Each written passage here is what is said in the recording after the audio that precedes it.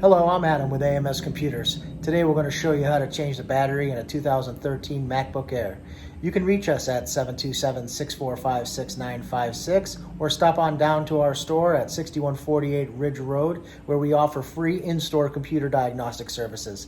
Again, I'm Adam with AMS Computers, and we provide technology at its best. Thank you. Here we are getting ready to install a couple of batteries and some MacBook Airs.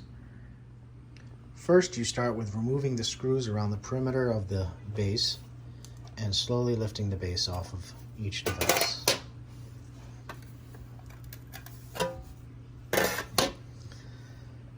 As you can see, this battery has reached its end of life, but it has not started swelling up or causing any major issues.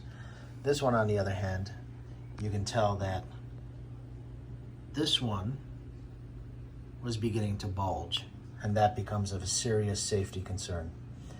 So average lifespan of computer batteries are usually about 3 years. So if you have a device that's swelling like this, please make sure you get it checked out. And we're going to move on to the next step.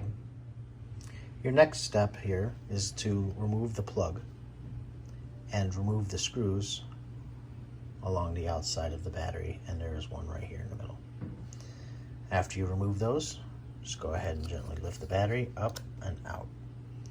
Newer MacBook Pros and Airs, a lot of the batteries are glued in place and you're not able to remove it that easily, but on these older ones you can.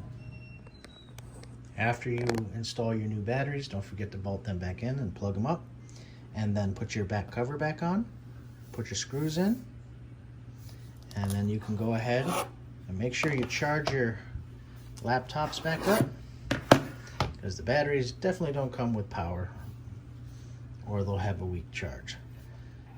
And that's it. And that's how you put the batteries in to a MacBook Air, older model.